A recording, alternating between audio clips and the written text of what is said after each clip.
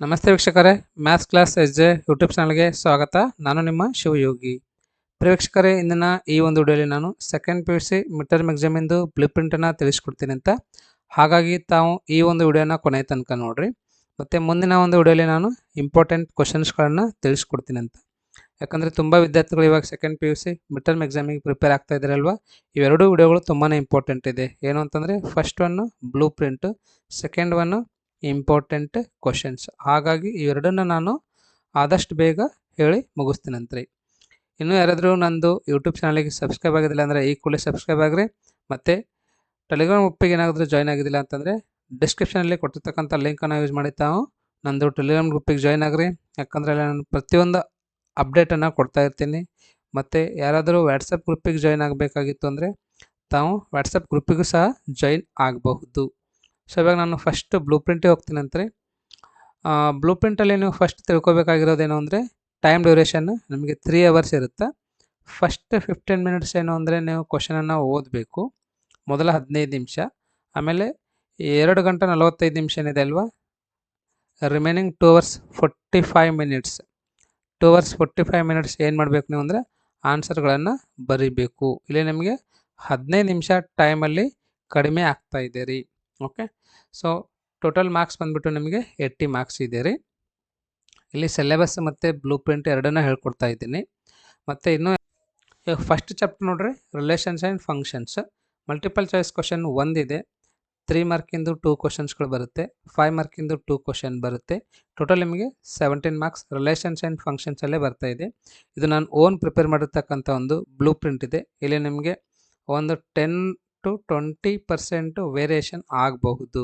Okay, inverse trigonometric ಫಂಕ್ಷನ್ಸಲ್ಲಿ ನಿಮಗೆ multiple choice ಕ್ವಶನ್ಸ್ಗಳು 3 ಬರ್ತಾ ಇದ್ದಾವೆ, 2 ಮಾರ್ಕಿಂದು 3 ಬರ್ತಾ ಇದ್ದಾವೆ, ಟೋಟಲ್ 9 ಮಾರ್ಕ್ ಆಗ್ತಾ ಇದೆ ನೋಡಿರಿ. ಮ್ಯಾಟ್ರಿಸಸ್ ಅಲ್ಲಿಂದ ಬಂದು ನಿಮಗೆ 1 ಮಲ್ಟಿಪಲ್ ಚಾಯ್ಸ್ ಕ್ವಶನ್ ಇದೆ ರೀ, 2 ಫಿಲ್ ಇನ್ ದ ಬ್ಲ್ಯಾಂಕ್ ಇದೆ, 2 ಮಾರ್ಕಿಂದು 2 ಕ್ವಶನ್ಸ್ ಇದೆ, 5 ಮಾರ್ಕಿಂದು 2 ಕ್ವಶನ್ಸ್, ಟೋಟಲ್ 17 ಮಾರ್ಕ್ ಆಗ್ತಾ ಇದೆ ನೋಡಿರಿ. ಓಕೆ, ಡಿಟರ್ಮಿನೆಂಟ್ಸ್ ಅಲ್ಲಿಂದ ನಿಮಗೆ 2 ಮಲ್ಟಿಪಲ್ ಚಾಯ್ಸ್ ಕ್ವಶನ್ಸ್ ಇದೆ, 2 ಮಾರ್ಕಿಂದು 2 ಕ್ವಶನ್ಸ್ ಇದೆ, 4 ಮಾರ್ಕಿಂದು ಒಂದು ಇಂಪಾರ್ಟೆಂಟ್ ಕ್ವಶನ್ ಇದು, ಮತ್ತು 5 ಮಾರ್ಕಿಂದು 2, ಟೋಟಲ್ 20 ಮಾರ್ಕ್ ಕವರ್ ಆಗ್ತಾ ಇದೆ. ಓಕೆ, ಈ ಒಂದು ವಿಡಿಯೋಲಿ ನಾನು how to get 60+, out of 80ಗೆ 60+ ಯಾವ ಥರ ತೊಗೋಬೇಕಂತಲೂ ಹೇಳ್ತೇನೆ ಅಂತ. ತಾವು ಈ ಒಂದು ವಿಡಿಯೋನ ಕೊನೆ ತನಕ ನೋಡಿರಿ. ಓಕೆ, ನೆಕ್ಸ್ಟ್ ಬಂದುಬಿಟ್ಟು continuity and differentiability. Yes, continuity and ಡಿಫ್ರೆನ್ಷಿಯಬಿಲಿಟಿಲಿ ನೋಡಿರಿ, ಮಲ್ಟಿಪಲ್ ಚಾಯ್ಸ್ ಕ್ವಶನ್ಸ್ಗಳು 2 ಬರ್ತಾ ಇದೆ, ಫಿಲ್ ಇನ್ ದ ಬ್ಲ್ಯಾಂಕ್ಸ್ 2 ಬರ್ತಾ ಇದೆ, 2 ಮಾರ್ಕ್ 2 ಕ್ವಶನ್ಸ್ ಬರ್ತಾ ಇದೆ, 3 ಮಾರ್ಕ್ 1 ಬರ್ತಾ ಇದೆ, ಮತ್ತು 4 ಮಾರ್ಕಿಂದ ಒಂದು ಕ್ವಶನ್ ಬರುತ್ತಾ ಇದೆ, ಇದು 5 ಮಾರ್ಕಿಂದ ಒಂದು ಕ್ವಶನ್ ಇದೆ ನೋಡಿರಿ. ಟೋಟಲ್ ನಿಮಗೆ ಇಲ್ಲಿ 23 ಮಾರ್ಕ್ ಕವರ್ ಆಗ್ತಾ ಇದೆ. ಅಪ್ಲಿಕೇಶನ್ಸ್ ಆಫ್ ಡೆರಿವೇಟಿವ್ಸ್, ಇದರಲ್ಲಿ ನಿಮಗೆ 3 MCQ ಬರ್ತಾ ಇದೆ, 1 ಫಿಲ್ ಇನ್ ದ ಬ್ಲ್ಯಾಂಕ್ ಬರ್ತಾ ಇದೆ, 2 ಮಾರ್ಕಿಂದ ಯಾವುದೇ ರೀತಿಯಿಂದ ಕ್ವಶನ್ ಇಲ್ಲ, 3 ಮಾರ್ಕಿಂದು 2 ಕ್ವಶನ್ಸ್ಗಳು ಬರ್ತಾ ಇದೆ. ಟೋಟಲ್ ಇಲ್ಲಿ ನಿಮಗೆ 10 ಮಾರ್ಕ್ ಕವರ್ ಆಗ್ತಾ ಇದೆ ನೋಡಿರಿ. ವೆಕ್ಟರ್ ಆಲ್ಜಿಬ್ರಾ ನೋಡಿರಿ, ಸ್ಕೋರಿಂಗ್ ಮತ್ತು ಇಂಪಾರ್ಟೆಂಟ್ ಈಸಿ ಚಾಪ್ಟರ್ ಇದೆ. ಇಲ್ಲಿ ನಿಮಗೆ ಮಲ್ಟಿಪಲ್ ಚಾಯ್ಸ್ ಕ್ವಶನ್ಸ್ಗಳು 3 ಬರ್ತಾ ಇದೆ, 3 ಮಾರ್ಕಿಂದು 3 ಕ್ವಶನ್ಸ್ ಬರ್ತಾ ಇದೆ. ಟೋಟಲ್ ಬಂದುಬಿಟ್ಟು ನಿಮಗೆ 12 ಮಾರ್ಕ್ಸ್ ಆಗ್ತಾ ಇದೆ ನೋಡಿರಿ. ಲೀನಿಯರ್ ಪ್ರೋಗ್ರಾಮಿಂಗ್ ಅಲ್ಲಿಂದ 6 ಮಾರ್ಕಿಂದು 2 ಕ್ವಶನ್ಸು ಅಲ್ಲಿಂದ ಕೇಳ್ತಾನೆ. ಟೋಟಲ್ ಇಲ್ಲಿ ನಿಮಗೆ ಎಷ್ಟು ಕವರ್ ಆಯ್ತು ರೀ? 12 ಮಾರ್ಕ್ ಕವರ್ ಆಯಿತು. ನೆಕ್ಸ್ಟ್ ಏನು ಅಂದರೆ 15ಕ್ಕೆ 15 ನೀವು MCQ ಬರೀಲೇಬೇಕು. ಇದರಲ್ಲಿ ಯಾವುದೇ ರೀತಿಯಿಂದ ಚಾಯ್ಸ್ ಇರೋಂಗಿಲ್ಲ. ಫಿಲ್ ಇನ್ ದ ಬ್ಲ್ಯಾಂಕ್ಸಲ್ಲಿ ನಿಮಗೆ 5 ಕ್ವಶನ್ಸ್ ಕೊಟ್ಟಿರ್ತಾನೆ, ಕಂಪಲ್ಸರಿ ನೀವು 5 ಬರೀಬೇಕು. ನೆಕ್ಸ್ಟ್ ಇವಾಗ ಬಂದುಬಿಟ್ಟು 2 ಮಾರ್ಕಿಂದು ನೋಡಿರಿ, 2 ಮಾರ್ಕಿಂದು 9 ಕ್ವಶನ್ಸ್ ಕೊಟ್ಟಿರ್ತಾನೆ, ಇದರಲ್ಲಿ 6 ಕ್ವಶನ್ಸ್ಗಳು ಬರೀಬೇಕು. 3 ಮಾರ್ಕಿಂದು ಸಹ ನಿಮಗೆ ಎಷ್ಟು ಕೊಟ್ಟಿರ್ತಾನೆ ಅಂದರೆ 9 ಕ್ವಶನ್ಸ್ಗಳು ಕೊಟ್ಟಿರ್ತಾನೆ, 9ಅಲ್ಲಿ 6 ಬರೀಬೇಕು. 5 ಮಾರ್ಕಿಂದು 7 ಕೊಡ್ತಾನೆ, 4 ಬರೀಬೇಕು.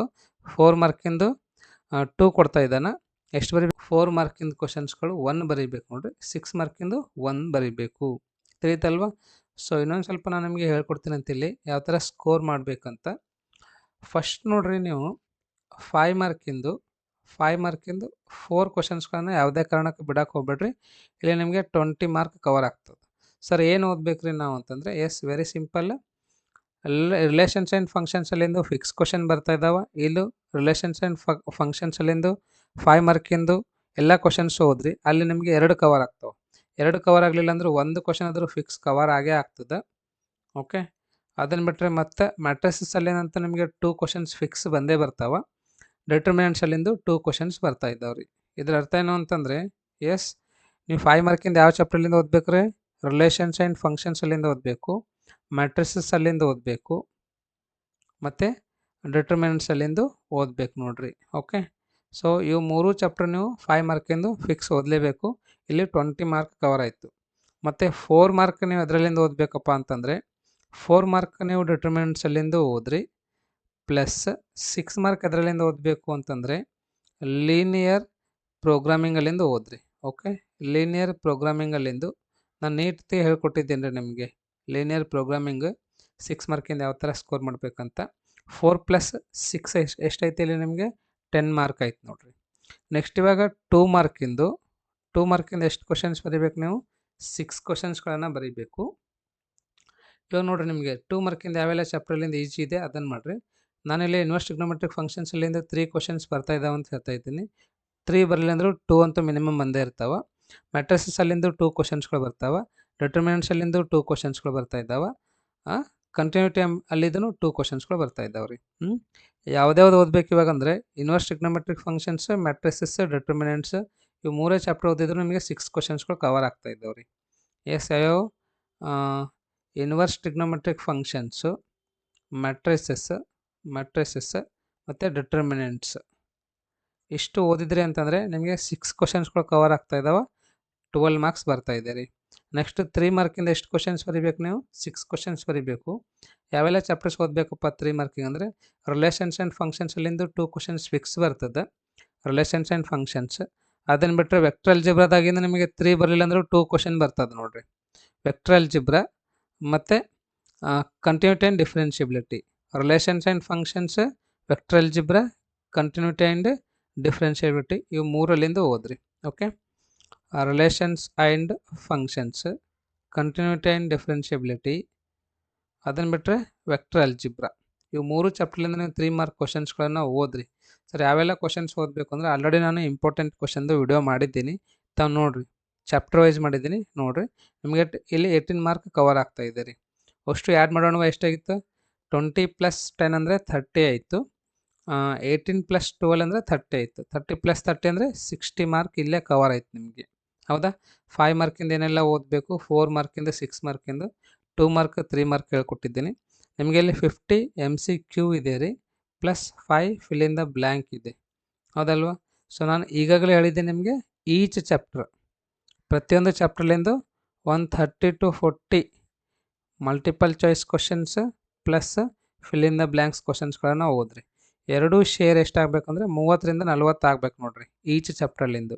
ಅಂದಾಗ ನಿಮಗೆ 15 + 5 ಈ ಒಂದು 20ಗೆ ಏನಿಲ್ಲ 15 ಕ್ವಶನ್ಸ್ ಆದರೂ ಕವರ್ ಆಗ್ತವೆ. 60 + 15 ಅಂದರೆ 75 ಮಾರ್ಕ್ ಈಸಿಯಾಗಿ ಬರ್ತದೆ ನೋಡ್ರಿ ನಿಮಗೆ. ಇವಾಗ ನೀವು ಫಸ್ಟ್ ಫೋಕಸ್ ಏನು ಮಾಡಬೇಕಂದ್ರೆ 5 ಮಾರ್ಕಿಂದು 4 ಕ್ವಶನ್ಸ್ಗಳು ರಿಲೇಷನ್ಸ್ ಆ್ಯಂಡ್ ಫಂಕ್ಷನ್ಸ್, ಮ್ಯಾಟ್ರಿಸಸ್ ಮತ್ತು ಡಿಟರ್ಮಿನೆಂಟ್ಸ್ ಅಲ್ಲಿಂದು. ಡಿಟರ್ಮಿನೆಂಟ್ಸ್ ಅಲ್ಲಿಂದು 4 ಮಾರ್ಕ್ ಕ್ವಶನ್ ನಾನು ಆಲ್ರೆಡಿ ಇಂಪಾರ್ಟೆಂಟ್ ಕ್ವಶನ್ಸ್ ಕೊಟ್ಟಿದ್ದೀನಿ, ಇಲ್ಲಾಂದರೆ ನೆಕ್ಸ್ಟ್ ವಿಡಿಯೋಲಿ ಕೊಡ್ತೀನಂತ್ರಿ. ಅವುಗಳನ್ನು ಸಹ ತಾವೇನು ಮಾಡ್ಬೋದು, ಚೆನ್ನಾಗಿ ಓದಿ ಪ್ರಾಕ್ಟೀಸನ್ನು ಮಾಡ್ಬೋದು. ಲೀನಿಯರ್ ಪ್ರೋಗ್ರಾಮಿಂಗಲ್ಲಂತೂ 6 ಮಾರ್ಕಿನ ಇಂಪಾರ್ಟೆಂಟ್ ಕ್ವಶನ್ಸ್ ಕೊಟ್ಟಿದ್ದೀನಿ, ತಾವು ಅದನ್ನು ಸಹ ನೋಡ್ಬೋದು. 30 ಮಾರ್ಕ್ ಕವರ್ ಆಯ್ತಲ್ವಾ? ಸೊ ನೆಕ್ಸ್ಟ್ ಇವಾಗ 2 ಮಾರ್ಕಿನ 3 ಮಾರ್ಕಿಂದ ಬಂದುಬಿಟ್ಟು inverse trigonometric functions, matrices, determinants ಅಲ್ಲಿಂದು. 3 ಮಾರ್ಕಿಂದು relations and functions, continuity and differentiability, vector algebra ಇಷ್ಟು ಓದಿದ್ರೆ ಅಂದರೆ ನಿಮಗೆ 3 ಮಾರ್ಕಿನ ಕ್ವಶನ್ಸ್ಗಳು ಕವರ್ ಆಗ್ತಾ ಇದ್ದಾವೆ ರೀ.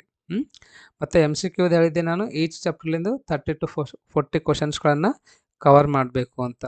ಅರ್ಥ ಆಯ್ತಲ್ವಾ? ಸೊ ಯಾರು ಯಾವುದೇ ಕಾರಣಕ್ಕೆ ಭಯ ಪಡ್ಲಕ್ಕೆ ಹೋಗ್ಬೇಡ್ರಿ, ಎಲ್ಲರೂ ಚೆನ್ನಾಗಿ ಪ್ರಾಕ್ಟೀಸ್ ಮಾಡಿರಿ, ಡೈಲಿ ಪ್ರಾಕ್ಟೀಸ್ ಮಾಡಿರಿ. ಸೊ ಯಾವ ಥರ ನೀವು ಪ್ರಾಕ್ಟೀಸ್ ಮಾಡಬೇಕಂದ್ರೆ ಡೈಲಿ ಫಸ್ಟ್ 5 ಮಾರ್ಕಿಂದು ಇಂಪಾರ್ಟೆಂಟ್ ಕ್ವಶನ್ಸ್ಗಳೇನದಲ್ವ ಈಚ್ ಚಾಪ್ಟರ್ಲಿಂದು, ಈಚ್ ಚಾಪ್ಟರ್ ನೀವು ಇಲ್ಲಿ ಕೆಲವೊಂದು ಚಾಪ್ಟರ್ಗಳನ್ನು ಸೆಲೆಕ್ಟ್ ಮಾಡಿರಿ. ಒಂದು 3 to 4 ಚಾಪ್ಟರ್ಸ್ ಸೆಲೆಕ್ಟ್ ಮಾಡಿ 5 ಮಾರ್ಕಿಂದು ಇಂಪಾರ್ಟೆಂಟ್ ಕ್ವಶನ್ದು ಸೊಲ್ಯೂಷನ್ಸನ್ನು ಬರೀರಿ.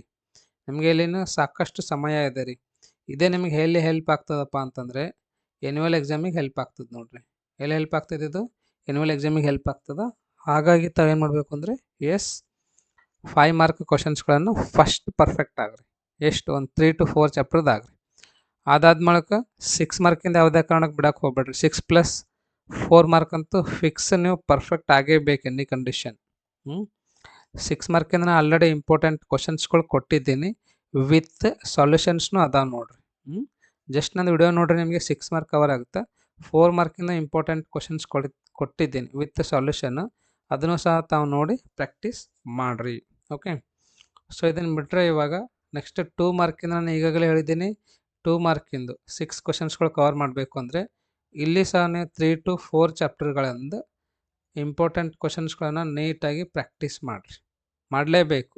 ಸಿಮಿಲರ್ಲಿ ಇದೇ ಥರ ಏನದ 3 ಮಾರ್ಕಿಂದ 6 ಕ್ವಶನ್ಸ್ ಅಂದರೆ 18 ಮಾರ್ಕ್ ಕವರ್ ಆಗ್ತಾಯಿದೆ. ಇಲ್ಲ ಇನ್ನೂ 3 to 4 ಚಾಪ್ಟರ್ಸ್ಗಳನ್ನು ಇಂಪಾರ್ಟೆಂಟ್ ಕ್ವಶನ್ಸ್ಗಳನ್ನು ಚೆನ್ನಾಗಿ ಅರ್ಥ ಮಾಡ್ಕೊಂಡು ಪ್ರಾಕ್ಟೀಸ್ ಮಾಡಿರಿ, ರೆಗ್ಯುಲರ್ ಆಗಿ ಮಾಡಿರಿ.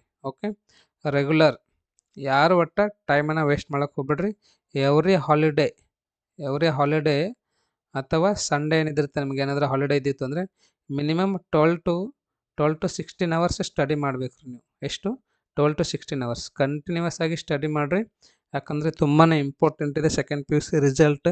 ಸೆಕೆಂಡ್ ಪಿ ಯು ಸಿ ಏನಿದೆ ಅಲ್ವಾ, ತುಂಬಾ ಇಂಪಾರ್ಟೆಂಟ್ ಇದೆ ರೀ. ಯಾರು ಟೈಮನ್ನು ವೇಸ್ಟ್ ಮಾಡೋಕ್ಕೆ ಹೋಗ್ಬಿಡ್ರಿ. ಸೊ ಎಲ್ಲರಿಗೂ ಅರ್ಥ ಆಗಿದೆ ಅಂತ ಅಂದ್ಕೊತೀನಿ. ನೀವು ಸಾಧ್ಯ ಆಯಿತು ಅಂದರೆ ಲಾಸ್ಟ್ ಇಯರ್ದು ಎಕ್ಸಾಮ್ 1, ಎಕ್ಸಾಮ್ 2, ಎಕ್ಸಾಮ್ 3ದು ಮ್ಯಾಥಮೆಟಿಕ್ಸ್ ಕ್ವಶನ್ ಪೇಪರ್ಗಳನ್ನು ಕಲೆಕ್ಟ್ ಮಾಡಿರಿ. ಇಲ್ಲಾಂದರೆ ನಾನು ಆಲ್ರೆಡಿ ಇಂಪಾರ್ಟೆಂಟ್ ಕ್ವಶನ್ಸ್ಗಳು ಪ್ರಿಪೇರ್ ಮಾಡಿದ್ದೀನಿ, ಅದು ನಾನು ನೆಕ್ಸ್ಟ್ ವಿಡಿಯೋಲಿ ಹೇಳ್ಕೊಡ್ತೀನಿ ಅಂತ ತಾವು ವೇಟ್ ಮಾಡಿರಿ. ಸೊ ಒಂದೇನು ರಿಕ್ವೆಸ್ಟ್ ಅಂದರೆ ಯಾರಾದರೂ ಸಬ್ಸ್ಕ್ರೈಬ್ ಆಗಿದ್ರೆ ಅಂದರೆ ಈ ಕೂಡಲೇ ಸಬ್ಸ್ಕ್ರೈಬ್ ಆಗಿರಿ, ಮತ್ತು ನಿಮ್ಮ ಫ್ರೆಂಡ್ಸಿಗೂ ಸಹ ಸಬ್ಸ್ಕ್ರೈಬ್ ಆಗ್ಲಿಕ್ಕೆ ಹೇಳ್ರಿ. ಮತ್ತು ನನ್ನ ಟೆಲಿಗ್ರಾಮ್ ಗ್ರೂಪಿಗೆ ಜಾಯ್ನ್ ಆಗಿರಿ. ಯಾರಾದರೂ ಟೆಲಿಗ್ರಾಮ್ ಯೂಸ್ ಮಾಡೋಂಗಿಲ್ಲ ಅಂದರೆ ವಾಟ್ಸಪ್ ಗ್ರೂಪ್ ಇದೆ ರೀ, ಅಲ್ಲೂ ಸಹ ತಾವು ಜಾಯಿನ್ ಆಗಬಹುದು. ಓಕೆ, ಸೊ ಈ ಒಂದು ವಿಡಿಯೋ ತಮಗೆ ಯೂಸ್ ಆಗಿದೆ ಅಂತ ಅಂದ್ಕೊತೀನಿ. ಮತ್ತು ಈ ಒಂದು ವಿಡಿಯೋನ ತಾವು ಇಷ್ಟು ತನಕ ನೋಡೋದಕ್ಕೆ ನಿಮ್ಮೆಲ್ಲರಿಗೂ ತುಂಬ ಧನ್ಯವಾದಗಳು. ಮತ್ತೆ ಮುಂದಿನ ಒಂದು ವಿಡಿಯೋಲಿ ಭೇಟಿಯಾಗೋಣ ಅಂತ. Thank you so much.